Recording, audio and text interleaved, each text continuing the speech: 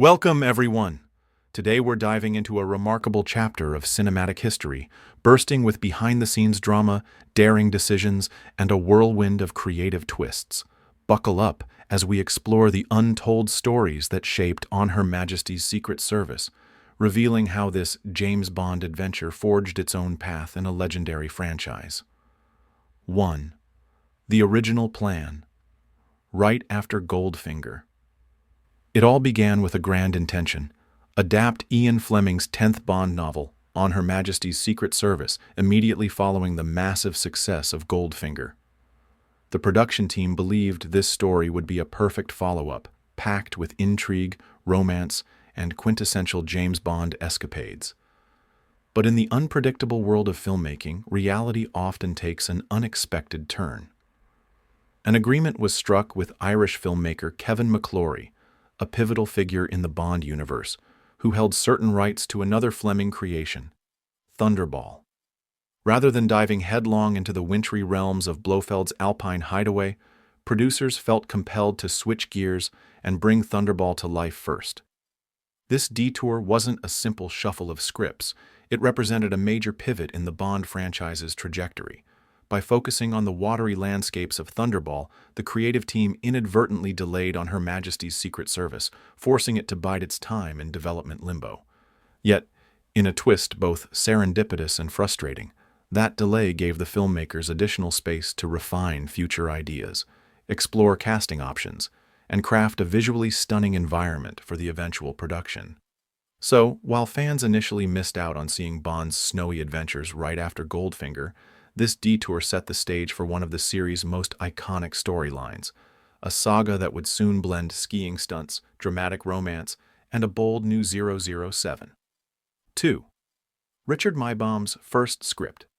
Once Thunderball got the green light, screenwriter Richard Maibaum, renowned for his steady hand in shaping Bond adventures, took up the daunting task of drafting an early version of On Her Majesty's Secret Service. This initial vision stuck closely to Ian Fleming's source material, albeit with a startling twist. The villainous Ernst Stavro Blofeld stage-managing a sham funeral in Genoa, Italy, to fool the world into believing he was dead. Maibaum kept the grit and glamour of Bond's Alpine pursuit of Blofeld intact, ensuring that the story's tension held strong. But as often happens in cinematic storytelling, outlandish ideas began to creep into the screenplay. Maibaum toyed with the notion of a submersible Aston Martin, showcasing an almost futuristic approach for Bond's gadget arsenal. Even more striking, he contemplated having Gert Frobe, who famously portrayed the gold-obsessed Auric Goldfinger, return as a reimagined Blofeld. In that scenario, Blofeld would have been recast as Auric's brother, effectively binding the villains of two classic films together in a family feud that would have rocked the franchise. Though these imaginative flourishes didn't survive final revisions, they demonstrate how the Bond team relentlessly sought fresh angles, even if it meant daring leaps beyond the normal spy thriller framework. 3. Why You Only Live Twice came first. The third chapter in our tale leads us to an unexpected diversion. Although On Her Majesty's Secret Service was ready to roll, circumstances beyond the filmmakers' control nudged them toward a different production. Chief among these factors was the notorious shortage of adequate snowfall in the Swiss Alps. The story demanded dramatic, wintry landscapes, complete with white-capped peaks and endless fields of snow for Bond's exploits.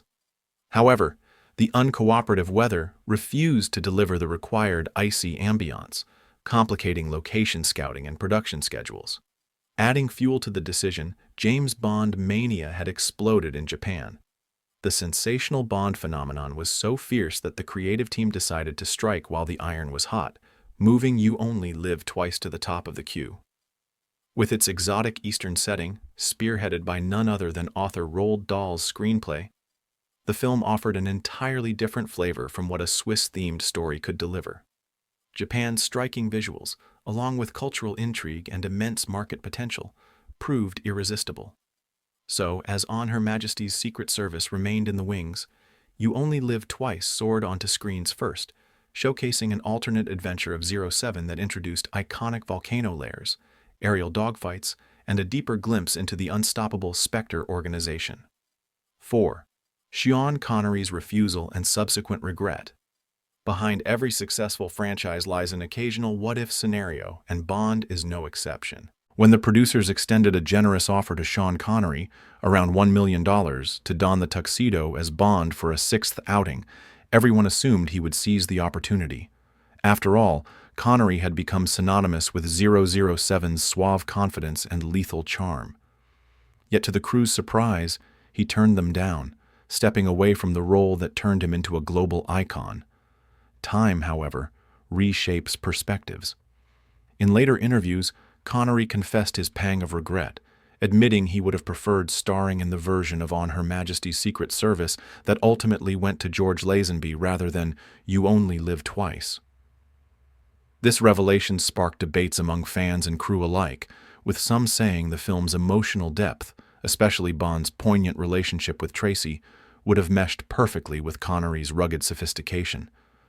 Even Richard Maibaum, the dedicated Bond screenwriter, wistfully revealed to set decorator Peter Lamont that Connery's presence in the film would have been great. In the end, these musings highlight an alternate Bond timeline that never took shape, leaving aficionados to wonder how differently On Her Majesty's Secret Service might have played out with the original 007 at the helm. Timothy Dalton and Roger Moore said no. Shortly after Connery exited, producers scoured the acting world for a new 007. Among the top candidates were two men destined to wear Bond's shoes in their own eras, Timothy Dalton and Roger Moore. At the time, however, both were hesitant to sign on. Dalton, still early in his career, felt he was too youthful and might lack the gravitas to embody the seasoned British secret agent. He recognized the franchise's immense weight and worried about carrying the mantle prematurely. Meanwhile, Roger Moore was embroiled in contractual obligations for the popular television series The Saint. While already a household name and considered an obvious pick for Bond, Moore's schedule locked him in, limiting his ability to jump ship. Faced with these polite refusals, the producers remained undeterred. The 007 label was simply too lucrative and too beloved to be shelved for long.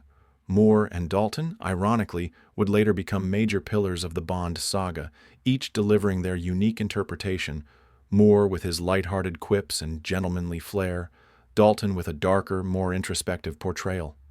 But at this pivotal moment, both passed on an opportunity that would soon land in the hands of an unexpected newcomer who altered the franchise's trajectory. 6.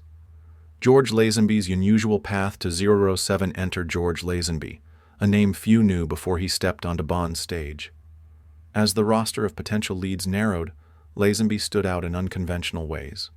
He was no seasoned film star, rather an Australian model and martial arts enthusiast with a determined glint in his eye.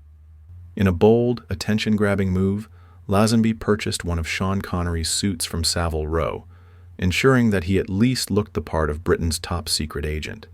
He even had his hair cut by Connery's barber in Mayfair, an audacious attempt to align himself with the legacy of the original 007. His break came during a screen test that was far more physical than he expected. Lazenby famously broke Russian wrestler Yuri Boryenko's nose while demonstrating combat moves, inadvertently proving that he had Bond's raw aggression locked in. That accidental injury, combined with his fearless approach, captured the producer's attention, enough to overshadow his relative lack of acting experience. Before long, he had clinched the role, transforming from a virtually unknown face into the next James Bond. His path might have been a wild gamble, but it also symbolized the franchise's willingness to embrace risks. By swinging the spotlight onto someone so unexpected, the Bond team gave audiences an entirely new angle on the world's favorite spy. 7. The abandoned plastic surgery scene. Original ideas for introducing George Lazenby as the new 007 tested the boundaries of cinematic logic. Richard Maibaum, striving to bridge the gap between Connery and Lazenby, drafted a scene that would have shown Bond undergoing plastic surgery. This subplot aimed to legitimize the sudden shift in appearance, a narrative device that might have explained why audiences were seeing a fresh face behind the iconic role. While imaginative in theory, the notion veered too close to soap opera territory and was swiftly shelved for fear of jarring fans out of the film's gritty realism. Instead, the filmmakers opted for a witty, boundary-pushing nod to reality. In the film's pre-credit sequence, Lazenby's Bond turns to the camera after an action-packed scuffle and quips, "This never happened to the other fellow." Breaking the fourth wall in this manner was a rare departure for a series known for spy drama rather than meta-humor. Yet it served its purpose. It clued viewers in on the fact that yes, Bond was now different, and yes, they could expect a fresh take on the character. In one playful moment, audiences were encouraged to accept Lazenby as 007 and prepare for a Bond experience that would dare to break a few time-honored conventions. 8.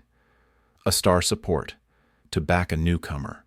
Fears about casting an unknown actor as Bond led director Peter Hunt to devise a clever insurance policy, surrounding George Lazenby with big-name, highly respected co-stars.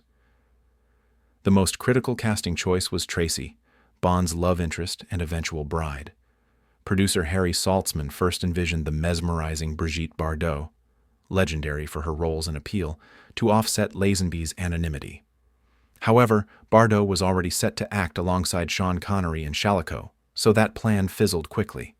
Next on the list was the formidable Catherine Deneuve, who declined without even stepping through the audition door.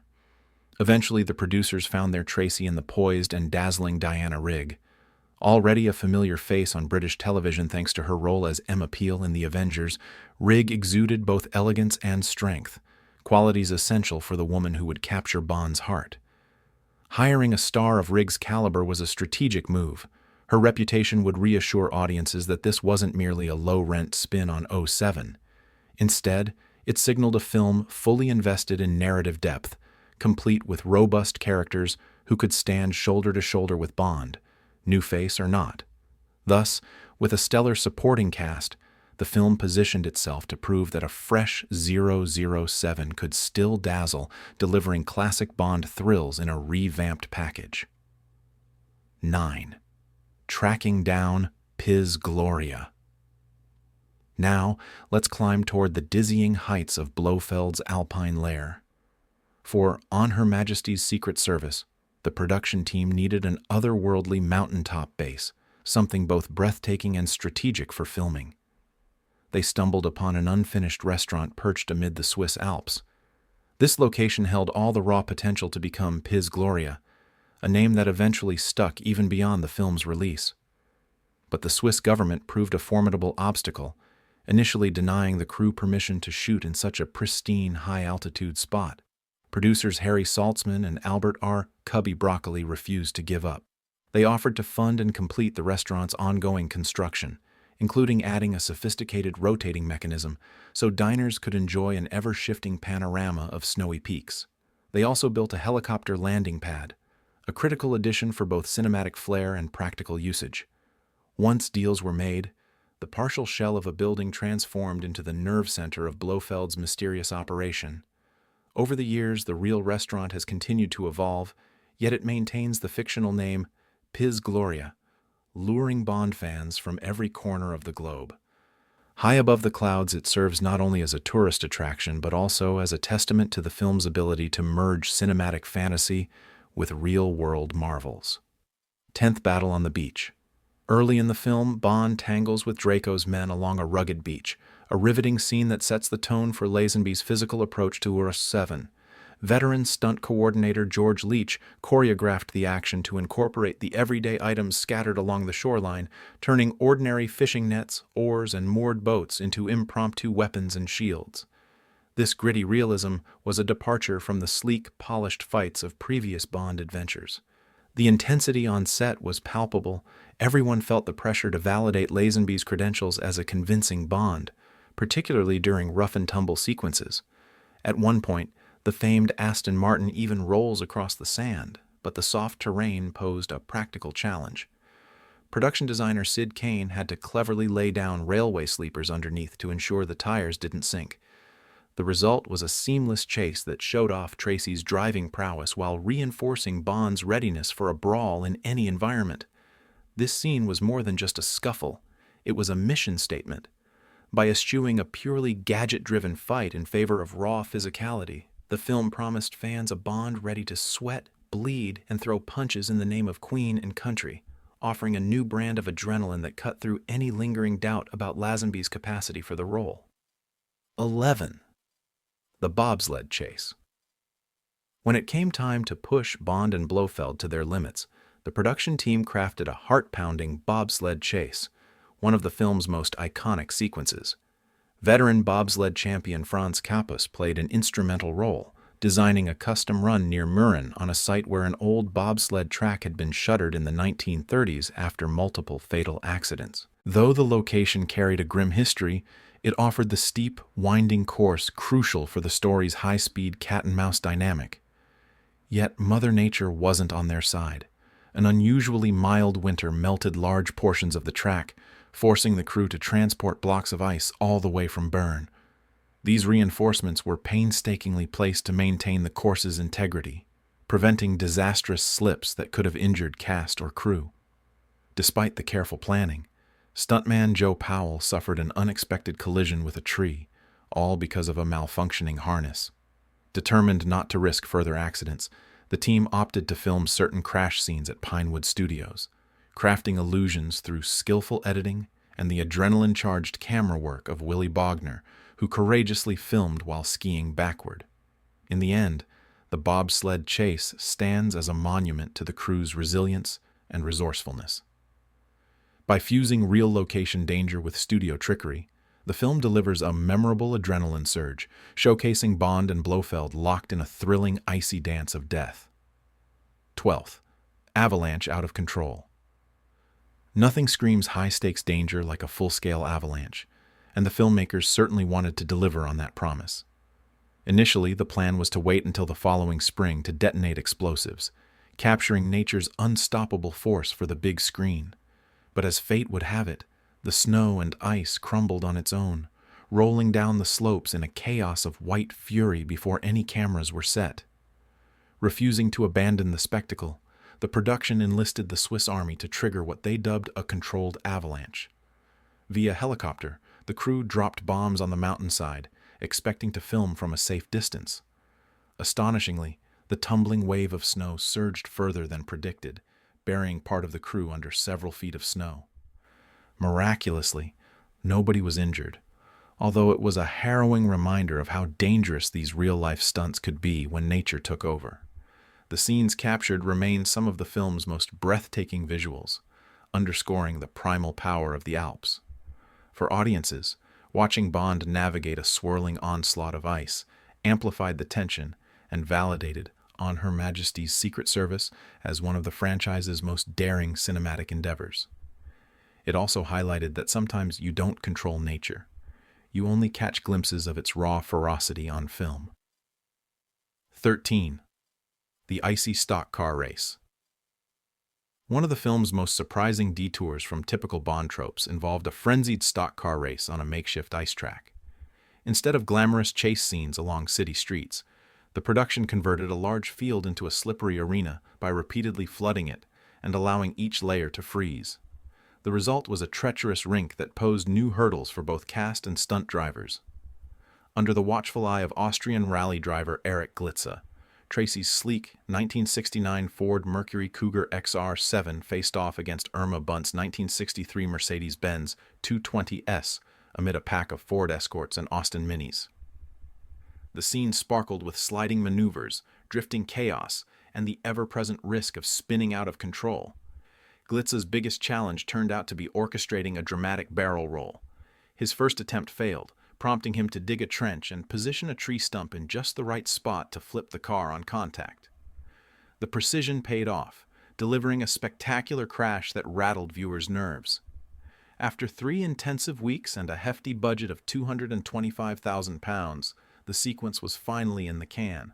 This elaborate set piece underscored the film's commitment to unpredictability, showing that no terrain, not even frozen ground, was off limits for Bond-style mayhem. 14. The cable car escape. Few set pieces capture Bond's daring spirit like the tense escape from GLORIA, where 007 dangles from overhead cable car wires above the unforgiving Alpine peaks. Conceived as a visual spectacle to highlight George Lazenby's physicality, this stunt proved alarmingly risky in real life. Stunt coordinator George Leach personally hung from the icy wires, relying on hooks concealed in his gloves to prevent a catastrophic fall. The simple presence of frozen metal made each move precarious. One slip, and a real-life tragedy could unfold. At one point, Leach's hand did indeed lose its grip, forcing his weight onto his other arm, which became dislocated from the sudden strain. A nearby camera operator raced to grab him as he slid toward the next support tower. This horrifying close call rattled the crew, but they pressed on, determined to capture the authenticity of a desperate James Bond clinging for life.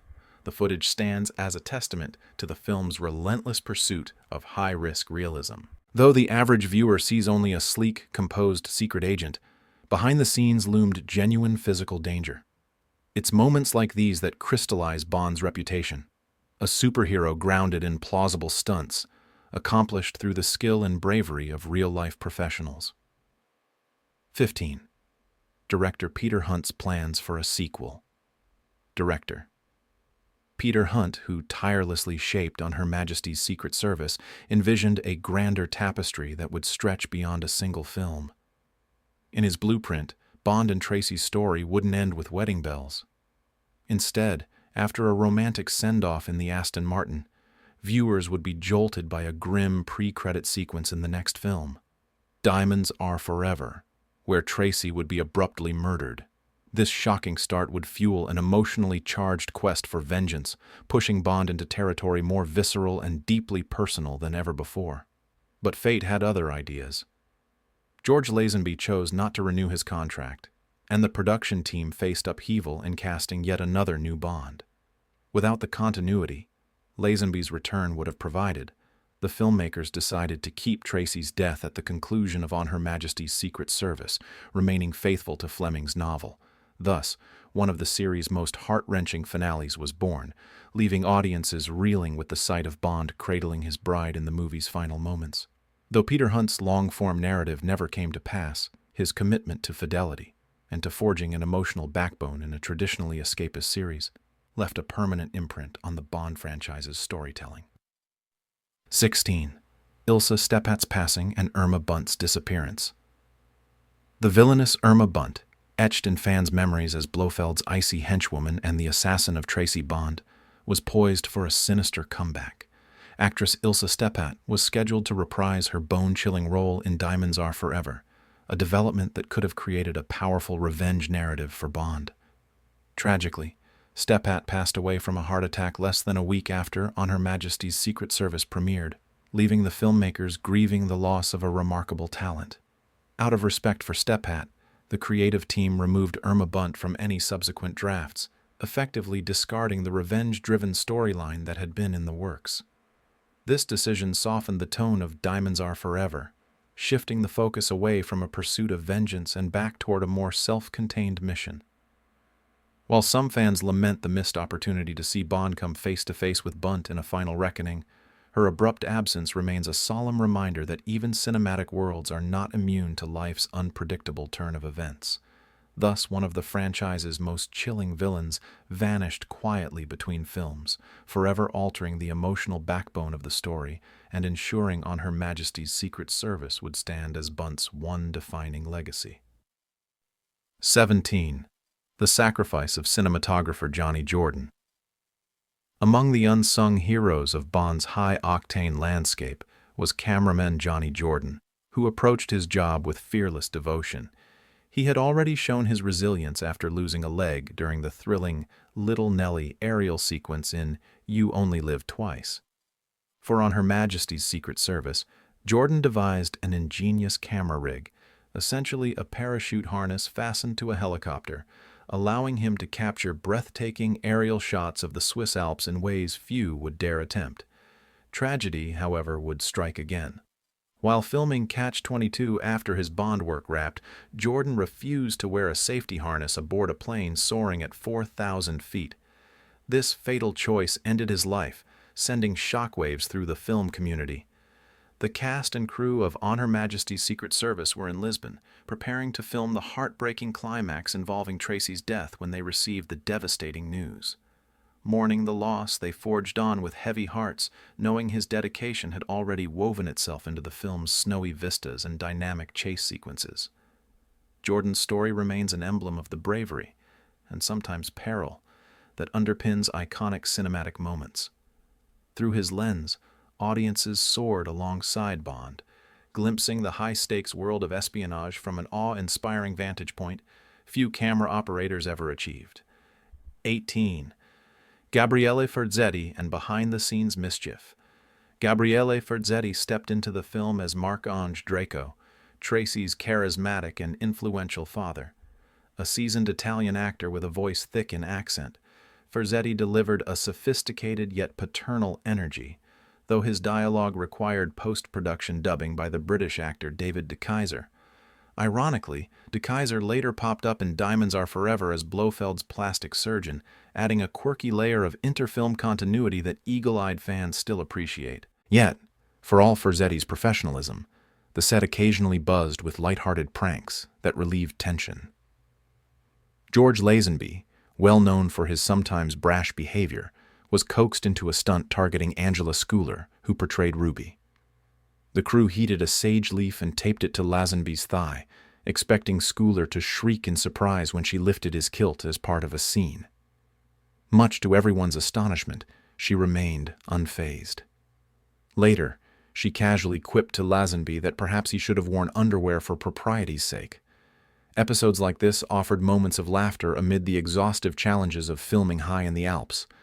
The camaraderie, no matter how mischievous, helped cement the cast's bond. Ironic, given the sometimes dramatic tensions swirling just beneath the surface of the production. 19th. Rumors of tension between Lazenby and Diana Rigg. No cinematic production is free from gossip, and On Her Majesty's Secret Service was no exception. Rumors flew about George Lazenby's strained relationship with Diana Rigg, the regal actress portraying Tracy.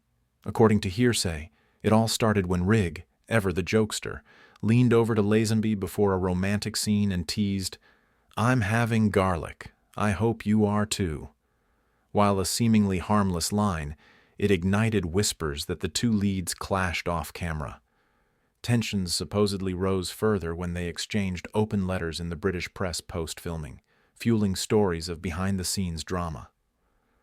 Another anecdote involved Lazenby's playful but ill-advised horse-riding display, chasing Bernard Lee, who played M, around the set, and inadvertently causing Lee to tumble into a rosebush.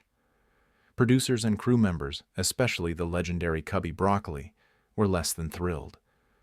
Whether or not these incidents marked genuine discord, they certainly shaped the rumor mill. However, many who worked closely with the pair insist that any friction was overblown, chalking it up to the extraordinary pressures of filming such a high-profile sequel with a brand-new lead actor. After all, the on-screen chemistry between Bond and Tracy remains one of the film's most compelling aspects, hinting that if there were fireworks behind the scenes, they certainly fueled a potent connection in front of the camera. 20. Homages to earlier films and box office success. Lastly, On Her Majesty's Secret Service arrived brimming with nods to previous Bond entries, celebrating the franchise's storied legacy. Eagle-eyed viewers could spot the janitor in Draco's facility, whistling the Goldfinger theme, a playful Easter egg linking to the 1964 classic. Later, when Bond clears out his desk, iconic relics from earlier missions briefly take center stage. Honey Rider's knife from Dr. No, Grant's watch from Russia with Love, and the rebreather from Thunderball. Each item is accompanied by a fleeting snippet of the corresponding movie's score, underscoring 007's storied past while setting the stage for a daring new future under Lazenby's watch. Contrary to popular myth, the film fared quite well at the box office. Though it didn't match the towering figures achieved by Sean Connery's last few outings, those being cultural juggernauts, it still dominated the American market, becoming the most popular film for several consecutive weeks. According to records, it eventually climbed into 9th place on the 1970 box office rentals chart. Such statistics dispel the misconception that Lazenby's lone Bond film was a commercial flop, affirming that audiences did, in fact, embrace this fresh direction. Even with a different face in the lead role, the allure of Bond proved unshakable. And that, friends, is the untold saga behind On Her Majesty's Secret Service.